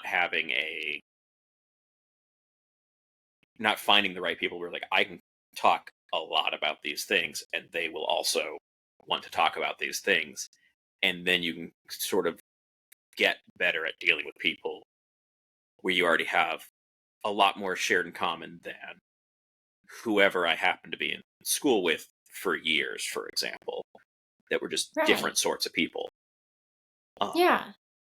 And a lot of people not feeling like they can be themselves. So they act like the other people around them. And so there could have been people that might have liked Star Wars and would have wanted to talk to you about it, but they felt like they had to be a certain way or whatever. And so all of that, like you're saying, is kind of taken away within this community because we all know there's something similar. Yeah. Well, and I think it's also a thing that I've looked at a lot from in retrospect from an autism perspective is it's quite simply having I can just talk about this thing and everyone else will talk about this. Like that alone is enough for situations where it's hard to go, how do I adjust to this kind of new situation? It's like, it was an easier one to get into, I think. Because it was kind of just very upfront of what this was about. Yeah.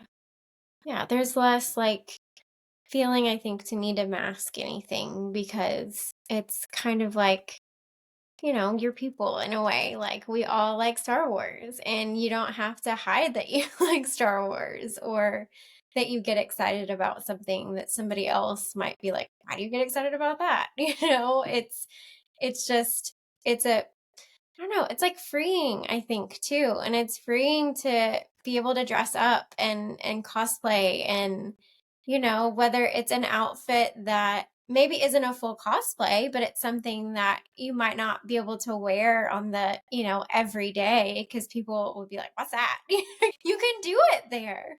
I have 2 poodle skirts, like full circle skirts that I spray painted using like fabric spray.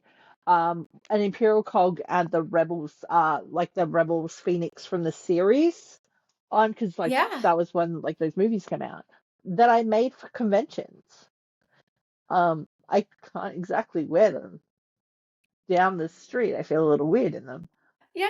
And I think with whether it's, like Mike, you were saying, being able to take a little bit of a barrier away when you're meeting new people and you're talking to them, I feel like that also can give you confidence, like outside of these events. And then as well with like the costuming or like fashion or different things that people do when they're expressing themselves at these conventions can also give them the confidence to be more themselves outside of, going to celebration or going to just a Comic-Con or any kind of con.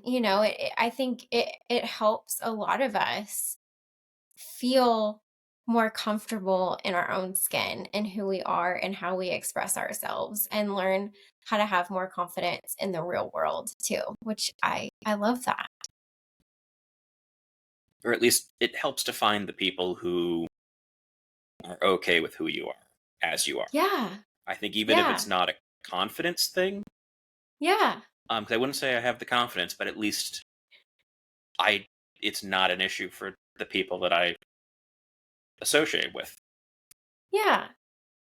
And sometimes I feel like we don't maybe feel like we are, but you're probably have more confidence than you think you do. And I think that goes for pretty much anybody. I think we can be our worst critics and we can be the hardest on ourselves. And even if it's not a confidence thing, it's just that those people loving you and believing in you can help help anybody in such a good way. It helps inspire me to keep going and doing things, and I don't know, learning more about myself and being okay with it because somebody else is okay with it, So it can be an acceptance thing too, for sure. I think you're 100% right. Yeah, and I think and this ties to something you were saying ago, but as it kind of relates to how Star Wars factors into a chunk of this, I think I'm going to be the first person, probably the only person that will be able to do this, is, if I may, I would like to quote the BBC when I wrote for a blog for them. Yes, of course. When I was lining up, which was, of course you this can. was my after the movie. This is part of my after the movie final post on that. Yes, definitely. Which was, Star Wars is about the people, be it the people you walk into the theater with, the people you know because of it, or the people you line up with. The most rewarding and amazing experience I ever had was to sit in a theater with hundreds of fellow fans and dozens of new friends watching the movie that brought us all together. And I think that still, that same feeling is held up from the first time I saw Revenge of the Sith to the 13 more times I saw it in different theaters with different groups of people, different combinations over its run, to all the movies subsequently, be it the new movies or re-releases of the old ones. Yeah. Because for all of those, almost all of those, I'm seeing them with a group of people that I've got this history with. And there's a bunch of people there that are new, that are either that I don't know and are new, or people that I have, that's the first thing I'm seeing with that, seeing with them. That makes me like kind of emotional, honestly. Because it's so true. Like it's such a cool experience, and I don't know, knowing that other people feel the same way is just like, I don't know. I think you said it, Kat, like at some point it gives you like a good feeling on the inside. Me getting or back with something Mike like was that. because he makes me happy here. That's Yeah. That's why I went through all of the mess for the following, 3 years before I was able to get here. And even once I was here, because it's a lot of work. Moving to another country is a lot. And especially with COVID hitting, 2 Oh years gosh. after I moved. We Yeah. were supposed to go back to Australia in 2020 and we didn't make it back until Mm. 2022.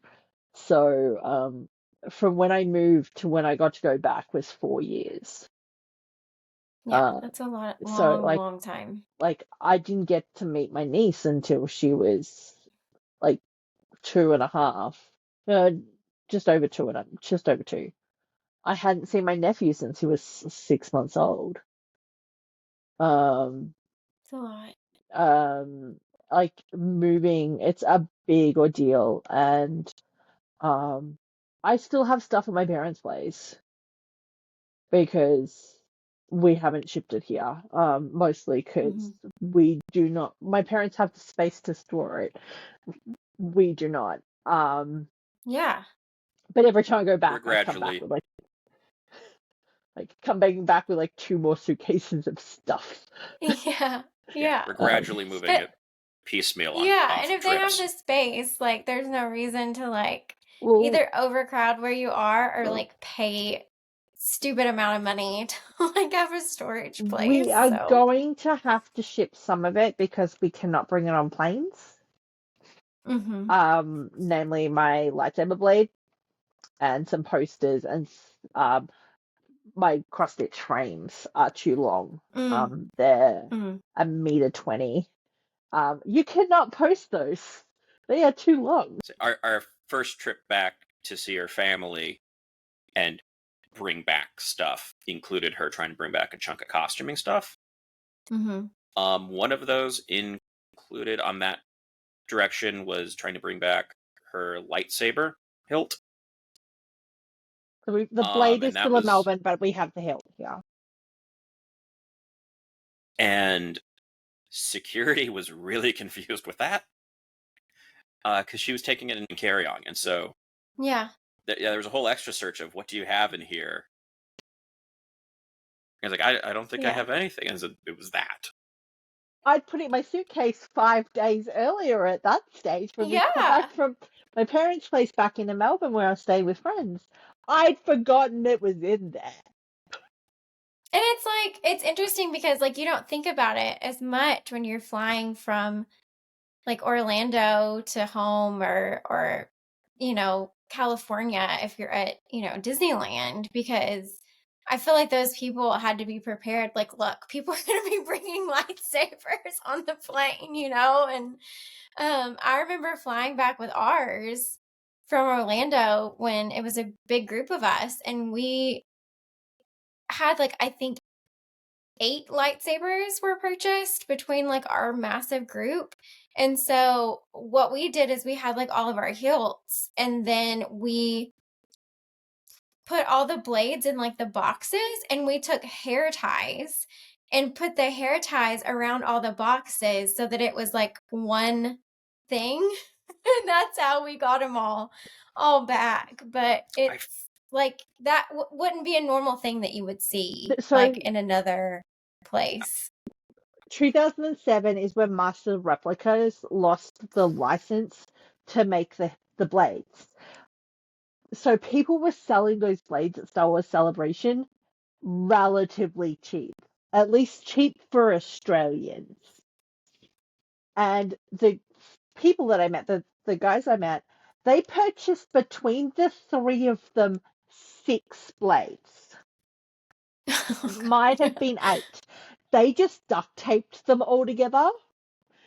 So they only had that as because like at that stage you could still get 2 checked luggages, and one of the guys only had 1 suitcase. So they that was his extra. Like fragile duct tape all around it, made a duct tape handle. Like, yeah. I just was getting them mailed to me. I have like 8 from the Master Replicas era. I was an early adopter of that, so actually I'd gotten the first one just before the 2005 line and had it down there. Someone has pictures of LAPD wielding it at some point during that line, but like one of the fascinating things with just the lightsabers and watching this grow, and the fact that I had this large group, was pretty much every year since then, the LA Philharmonic has something dedicated to John Williams. It used to be him conducting the full night for 2 or 3 nights of a weekend, and then it's gradually shifted to usually Oh my gosh. he's there for a little bit. But I would one of die to see the him things conduct an orchestra, even if it was Really for cool. like a second.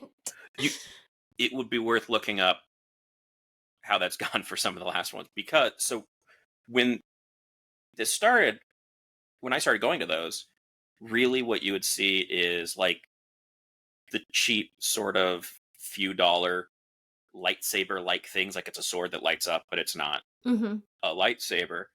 And then when the master replicas came out, initially you can easily see the group I'm with, because it's the area where there's a high concentration of the proper higher quality, looks the right kinds of colors. It's not it's not a flashing rainbow sword kind of thing of lightsabers at those, because other people also had some. I had half a dozen by a couple years into like, that. and I'm gonna bring all of them with me. And I it was kind of, I just kind of load them up in the back of my car, and it was like, okay, everybody that wants to borrow one, go for it. And so we'd have this area that was solidly ours. Would also be one of the areas where when Superman starts playing, people don't put up a lightsaber because they misidentify that as Star Wars. And it's been interesting that we were kind of one of the only groups that really, you'd actually see multiple of those in one area. And I was nervous about it for a little bit. I knew one person who'd made a comment that he thought it was disrespectful to the musicians to have stuff out in the crowd. And I stopped worrying about that after one of the years, because you'd see the lightsabers all come up at the end, hoping for an encore when everyone's cheering. And the orchestra is still sitting there. John Williams would walk off, and he'll eventually come back out. And so during that period, all the lightsabers would be on. And eventually, we started to spot them in the orchestra. That a couple members of the LA Philharmonic had their own lightsabers, and it was like, okay, people in the orchestra have them now. Now I'm not worried about this. Yeah, they probably saw something and were like, no, this is fine. Yeah. We're going to have them. And it was just, and it means, it's a couple people happen to have them. So it wasn't the LA Philharmonic sanctioning it, but it was like people in there are clearly okay with this. And it's been interesting to watch the shift to now, I think, with stuff like, I think they became a little bit cheaper, and with stuff like Galaxy's Edge and Disney selling them, it's like now they're very common. But there was this stretch where it was like, I knew very few people other than me that owned one. And for a long stretch, I was the only one that had more than one. And I'm still not fully used to the fact that the detachable blades are such a common thing, because mine are fixed. I think I still have a weird memory at this 2007 Star Wars Celebration that I was working a table and someone had come up to me, and they were trying to find, they're always like, hey, could you help me? Like, I'm trying to figure out where to get a lightsaber. And it turned into a weird, like, used car salesman pitch of like, well, it depends on what your lightsaber needs are. Of, if you want it to look, you want to have something that you just hold up and it lights up and makes the noises, you want this. But if you're looking for something you can actually hit stuff with and it doesn't break, go check out this company. And it was this moment of just like, I am like, it feels weird that I have not bought on some level that I have not bought a lightsaber in years. That Like may our change. first time in Galaxy's Edge, we went with our first time She in says Galaxy's that Edge. may change. We'd gone with a I've couple been friends looking who at the decided to custom build a companies lightsaber. recently. Uh-oh. Yay, there you go. Do it. I mean, it's insane. Some of them, like, that have even where it, like, opens up and you can, like, see the crystal and everything. It's like, it's crazy. I'm still waiting for my favorite lightsaber, which What is your favorite lightsaber? Corran Horns from iJedi, which is an orange lightsaber made out of a speeder bike handle. Oh, that's cool. It's a thing where I'm like, a ton of people would buy that, and it leads to possibly I consider it to be one of the best moments in Star Wars, is central with that lightsaber. I don't know how much we want to go down that path, but I mean, I still want to Okay. make the Corran Horn Corellia intelligence costume from the comic book. There you go. There you go. Well, I can't remember her name. His partner's version. I just can't remember her name off the top of my head. It's been a little while That's since I've okay. read those books. I need to go back and reread them, but I don't really Yeah. read stuff much. I listen more on audio, and they are not Yeah. available on Yeah. audio. Well, I heard that, I don't know if it was a rumor or if it's true, but that like maybe they're gonna go back and do audiobooks for some of more of the like expanded universe. But I don't know if that's true, but I heard something It about would that. be awesome So if they I did. think it may just be that they're not available in streaming form. Because I definitely remember a lot were listening to a solid chunk, 90s, early 2000s, that were Mhm. audiobooks of the time. But they were abridged, and I want the non-abridged versions.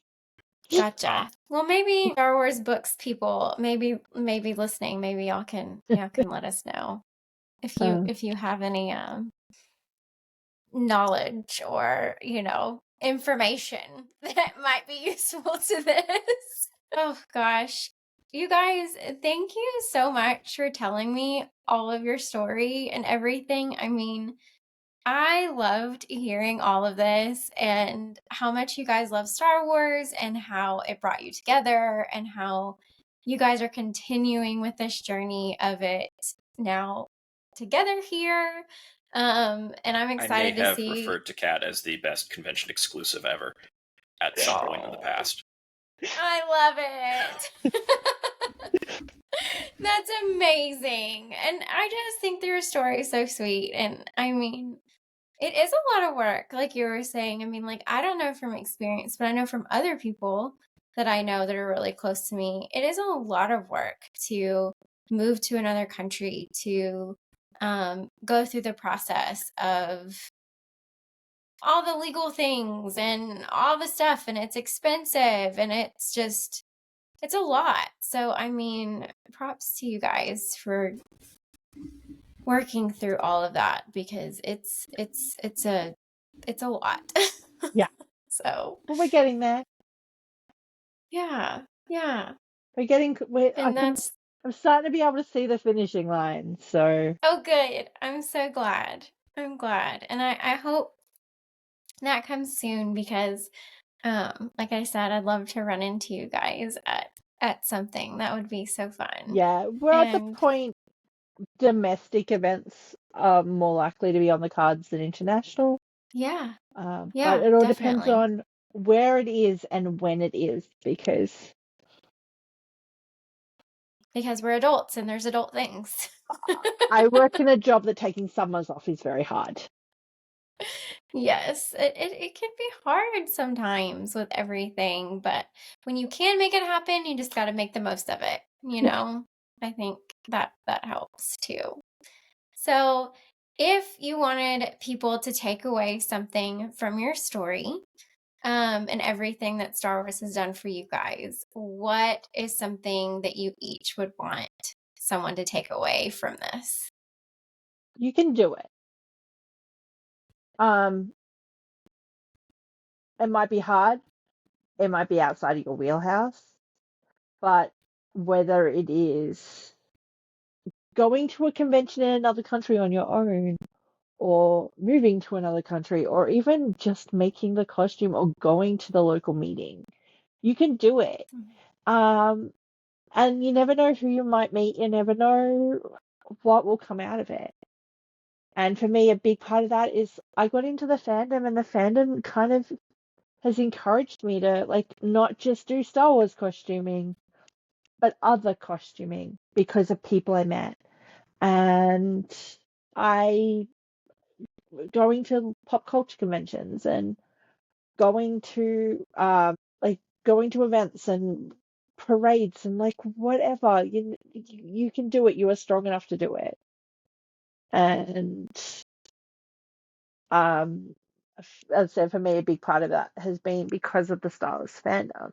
And while it doesn't necessarily come from any of the movies or the books, it's just my overarching thing.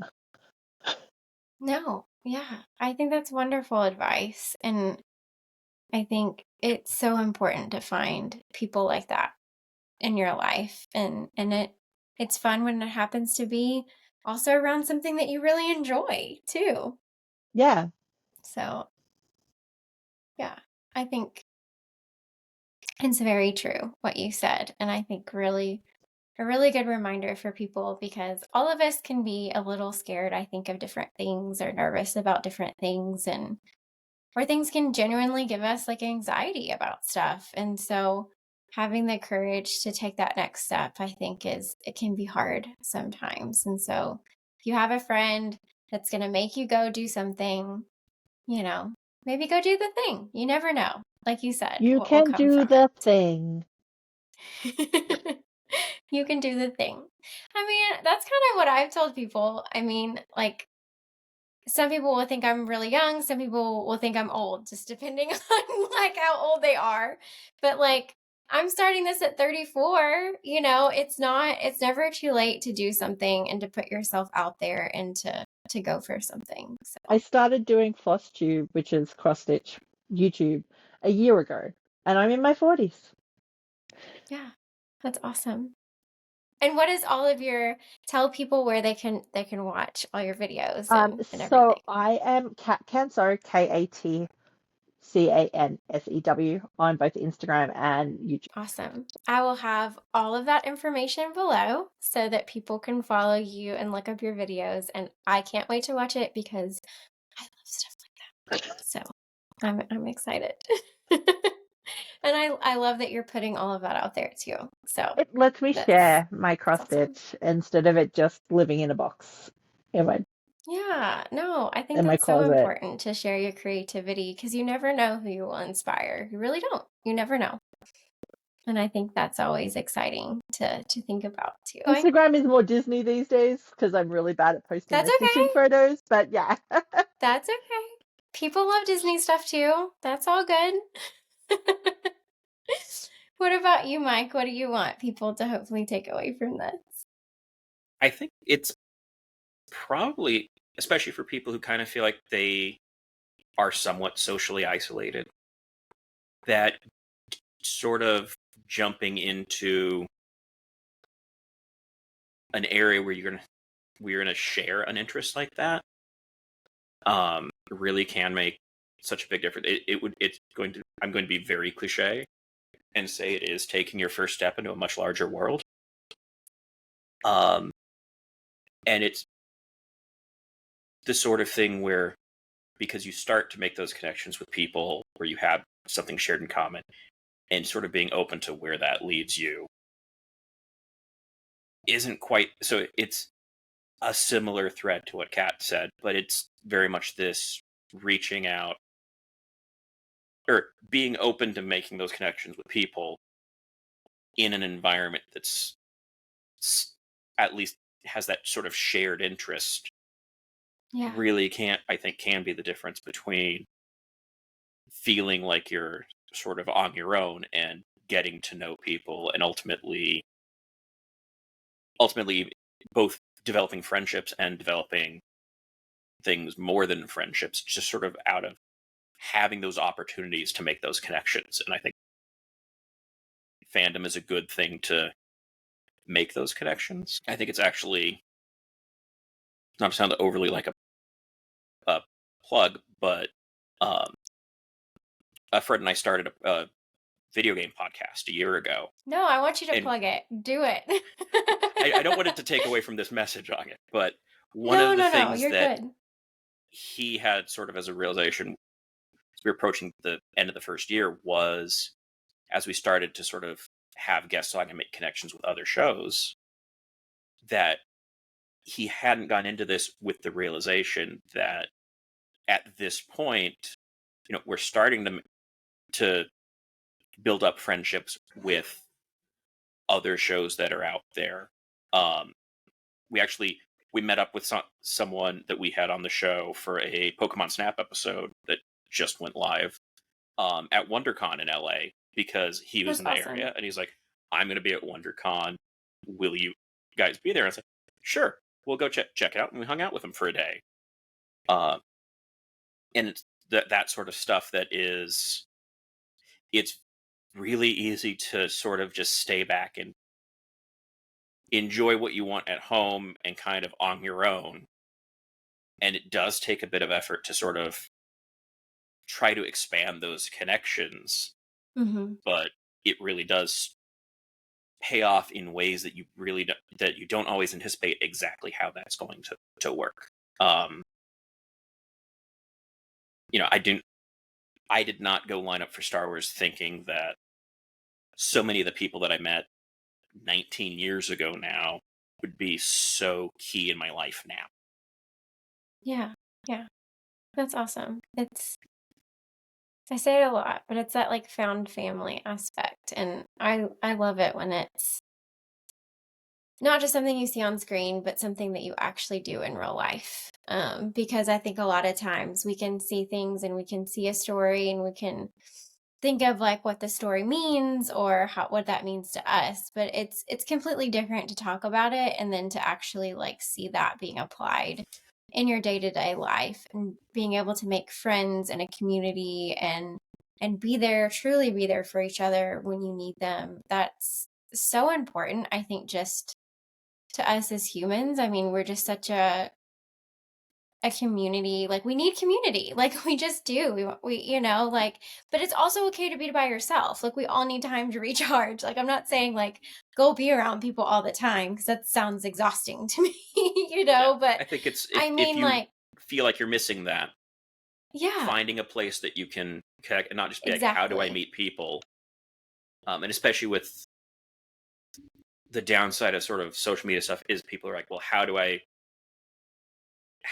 possibly have a relationship? I don't know anyone, and it's like dating sites don't work, and it's like, just go make friends, find an area that you're comfortable with that.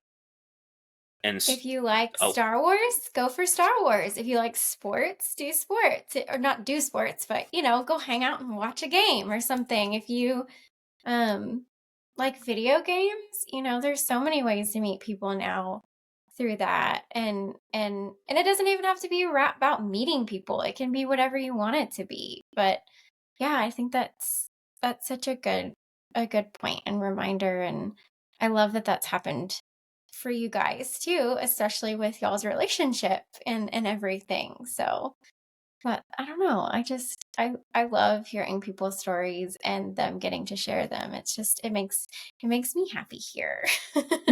I love that. I'm going to use that from now on. I've been saying that for nearly a decade, so I love it. I love that so much. I totally am going to say that now, if that's okay with you, because I just love it. I've always had it described, like, sometimes when people have asked me, like, when you get anxiety, like, where do you feel it in your body? And I always feel it, like, in my chest. But I also feel happy in my chest, too. So it's good to remember that. So that's why I think I love that. So if anyone does want to check out the podcast, our goal is to go through all the retro games available on the Nintendo Switch Online service, which is that's awesome. A bit over 250 games. So if you have a Nintendo Switch and you have their subscription service, you can access all of the games that we are playing. So the podcast is the Old Switch-a-roo Gaming Retro with Mike and Jaymo. That's Switch-a-roo, Switch-a-roo. And we are anywhere you can get podcasts, as well as the oldswitcheroo.com. And somewhere on, I think, all the social media currently. So we've just entered into our second season there. Oh, I love it. Congratulations. That's a big thing. And I will definitely have all of that info also below for people to check out, because I know everybody has different things that they like, and it's always fun to find new people to, like you were saying, to enjoy those things with. And I always like to end things asking people a fun question. I am somebody who is trying to get into more of the Star Wars books. and not just like the current books, but also the ones that are like the expanded universe and The all of legends. that. So, yes, the legends. So, if y'all had a book recommendation for somebody that was wanting to get into all of that, what would your recommendation be? I have And two. whoever you've got two, that's fine. You can do two. I asked this to somebody and they said, can I do a trilogy? And I said, that's fine too. So you don't have to Basically- just do one if there's two that go together or something. Basically, I have a trilogy and a series because they depend on what you're I'll take looking it. for. That's fair. That's so fair. X-Wing is the X-Wing series by Michael Sakal and Aaron Allison are really good if you are more into battles and like things like that, like the war kind of side of things and the more like a little bit of politics, but like a lot more like battle and strategy and things like that. But if you're more into family and still a lot of plot, a lot of war and things like that, is the Thrawn trilogy by Timothy Zahn, which yes, I think is a really good starting point for if you're going to go back and read the Legend stuff, because that was like one of the first big ones that came out. So these, right? I can't even remember. It's like Yep. Heir to the Empire and stuff like that. Yeah. Oh, sorry. It's kind of shiny. Okay. Yeah, I got a set of, I mean, they're not in like the best condition, but I did get a hard copy set for Christmas. One of my brother-in-laws was so sweet and like researched so much and found them online for me, which I thought was so sweet. So Yeah. No. I do have those, so I don't have an excuse to not read them. I tried reading stuff in chronological order because that's how my brain works. And I was like, okay, Yes. but there's a couple in there that are really hard to read. But Yeah. the Thrawn trilogy is like a lot. It's very Star Wars like, where some of the other stuff is like more romance or, as I said, like the X-Wings is more like a military team, like becoming a military team. Yeah, that makes sense. So for me, those are my favorite. I'm like 12 books. Your favorite. Because I love it. Well, there's 9 in the X-Wing series, and then there's the trilogies. Yes. That's okay. It's okay. Those are great recommendations. I love it. And I know there's other people that are looking for good recommendations because it can be overwhelming when you look at the amount of books that there are. So the first 4 books of the X-Wing series are kind of their own story arc, and then the next sort of 4 are their own story arc. okay. The first 4 are my favorite because, as I said, Cornhorn is my favorite character, and that's the series he's from. Oh, I love it. That's but awesome. it has like, and I love learning more stories. Yeah, and then the Thrawn trilogy is where we get to meet Mara Jade, so Yes. who would be my other That's favorite awesome. character. Oh, I love it. I love it. I love learning about all the different characters because I don't know everything and I'm not trying to act like I'm a lore master or I have all the Star Wars knowledge because I don't. And I used to feel like that meant that I couldn't do things like this, because I didn't, know all of the technical things or different trivia questions, different things like that. But I am learning that I am very confident that I am still a Star Wars fan, and that card cannot be revoked from me just because I don't know all of the little things. Nope. Well, not little things, but you know what I mean. All the details. I have no knowledge about the game. Everything. I got no idea about any of the video games. Yeah. And I think that's important to say that it's okay. Not everybody can know all the things. I'm not sure and if you anyone do, that's can know really all of cool. What did you say? I said I'm not sure anyone can know all of them with how much there is. Some people act like they do, but I think it'd be impossible to know it all. But yeah. What about you, Mike? What do you recommend? First one, because I mentioned it already. First one I would say is iJedi. which is also Core on Horn. So probably better served after the X-Wing series, but I think it's fairly standalone. And honestly, I consider that book to have like 3 of my favorite moments in Star Wars, period. That's awesome. More so than I think any movie is concentrated with specific bits that I like. Yeah. The other thing that I will mention, and more because I think it's good for more bite-sized introductions into it, that I enjoyed, was there were 2 technically there's 3 anthologies, but I'm going to focus on 2 of them that were all short stories, basically with here's a character that we're going to give you a whole chapter of backstory about them at some point, which were Tales from Jabba's Palace and Tales from Mos Eisley Cantina. Yes. And it is a bunch of characters that are characters you see in the movies that now have backstories or what happens to them after and all these kinds of things. You're just giving me books that I can't have an excuse to not read because I have the paperback copies of both of those. Yeah, there's a third of those which I mostly just get annoyed by because it is called Tales from the Empire. And I do not believe they had the willingness to have that many stories about the Empire involved. And so it really is stories that are going on within the Empire, and everybody is secretly actually a rebel, and it feels like it loses something. Yeah, that makes sense. There's one other, this is in the graphic novel side of things, which is Agent of the Empire. Which is, and partially I think this is because I enjoy a lot of the stories that are not centered on the Force. I think in part because in my mind, Star Wars is this giant galaxy, and it is not every person's a Jedi. Or something. And so I enjoy when they go into the broader ranges. The crux of this is it's basically, and it worked enough to find, it's basically a Star Wars meets James Bond kind of thing. With the main character being an Imperial agent set around the same time as like A New Hope.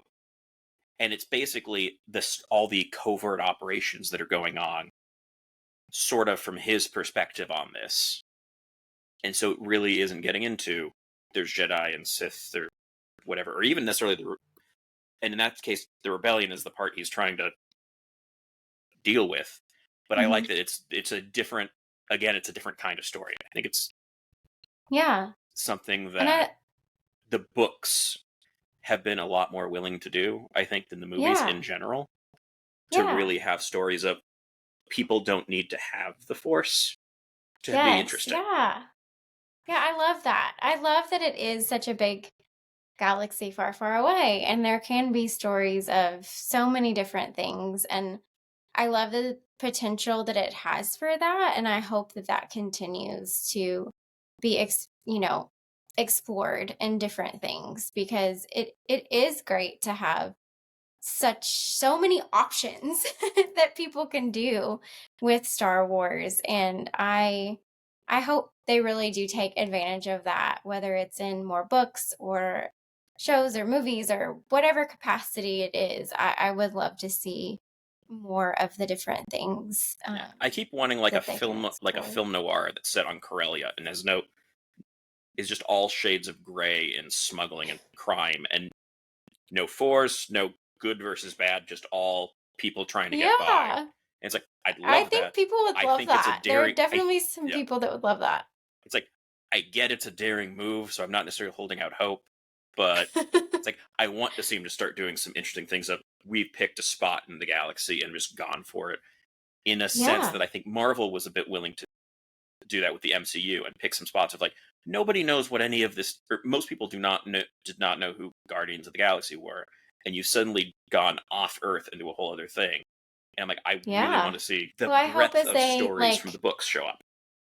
Yeah, as they kind of like expand and grow and work on that, what they feel comfortable doing creatively, because people aren't going to get everything right the first time. And so while we all want them to and everything to be perfect, I think that's kind of an unrealistic expectation, because, art obviously is subjective, and people are they need to have the freedom to be able to take those chances. And sometimes that it means having something come out that doesn't resonate as well as people thought it would, but at least they took the shot to do it. And so the more that they maybe feel like people are willing to give them room to try new and different things, hopefully we'll get more things.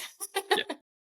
That's the silver lining I'm trying to take from everything, because it's like, I don't know, it's a process and it takes time, and I don't know. I do get wanting things to be done right and wanting it to be done well, and I'm not trying to discount that at all. But when it's a creative process, you have to let people figure it out too. So Yeah. it's kind of a balance, I guess. Requires them being willing to go from something they know will be bankable to we think we can take a chance and succeed with this. Yes, And I think definitely. if they have the right story, I hope they have the confidence for that. Yes, I hope so too. I agree with that 100%. Well, thank you guys again for coming on and sharing all your stories and talking about all the things, getting to nerd out with me about Star Wars. I'm so glad we were able to do this, and I'm so glad I didn't have to change it up, because things were a little crazy over the weekend for me where we live. But I'm so glad we were able to do this and talk about things. And if I have told other people kind of this too, as people come on and share their stories, I want to be able to have some different times that people can come on and talk about different specific things, whether it's a book or books or a specific movie or different thing that they just really love and enjoy, and it hits them or gives them a happy, okay, I'm gonna say it wrong. How did you say it? Makes me happy here. Okay, so it makes someone happy here, and so I know there's a lot of other huge fans of Legends or the expanded universe, whatever you want to call it, that I have talked to so far. And so I think that'd be a fun thing to kind of dive into a little bit more with some people at some point. So I'll keep you guys posted on that. Absolutely. Well, thank you guys for coming on again. And I really enjoyed it, and hope to talk to you guys again sometime soon. Thanks for having me. us on. Of course. Thanks for joining me today on Tales of the Force. This podcast was hosted, produced, and created by me, Jessica McNair, with music by Michael Hoover. Don't forget, our stories of hope is the force of this fandom, and they are a powerful ally to each and every one of us. Life creates them, makes them grow. Their energy surrounds us and binds us together. Luminous beings we all are, not this crude matter. May the Force be with you, always.